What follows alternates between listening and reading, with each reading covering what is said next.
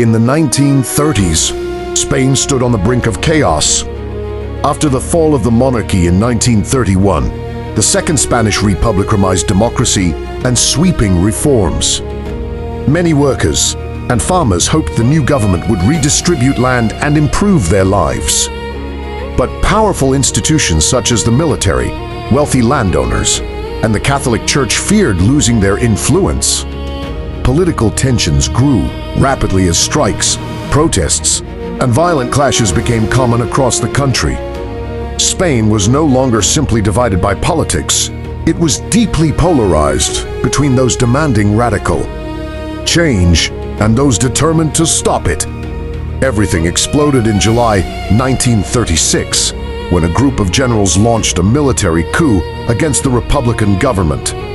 The uprising began in Spanish-controlled Morocco and quickly spread to the mainland. Among the officers leading the rebellion was General Francisco Franco, a disciplined and ambitious commander who would soon become the face of the nationalist forces. The coup failed to take control of the entire country, splitting Spain into two rival camps. On one side were the nationalists, a coalition of conservatives, monarchists, and military loyalists.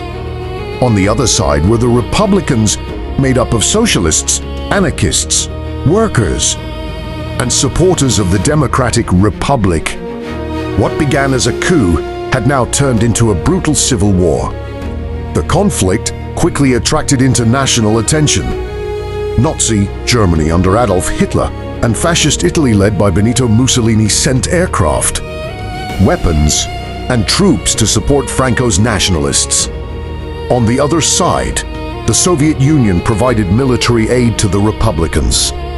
Volunteers from around the world traveled to Spain to fight in the international brigades, believing they were defending democracy against rising fascism.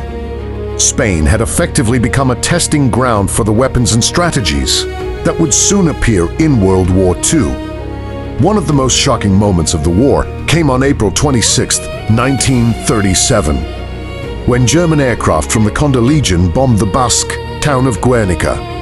The attack lasted for hours, destroying much of the town and killing hundreds of civilians. The bombing shocked the world and demonstrated the terrifying power of modern aerial warfare. The tragedy was later immortalized in Pablo Picasso's famous painting Guernica, which became one of the most powerful anti-war artworks in history. By 1938, Franco's nationalists had gained the upper hand. With superior military support and resources, they steadily pushed back Republican forces and captured key territories. In March 1939, Franco's troops entered Madrid, bringing the Spanish Civil War to an end.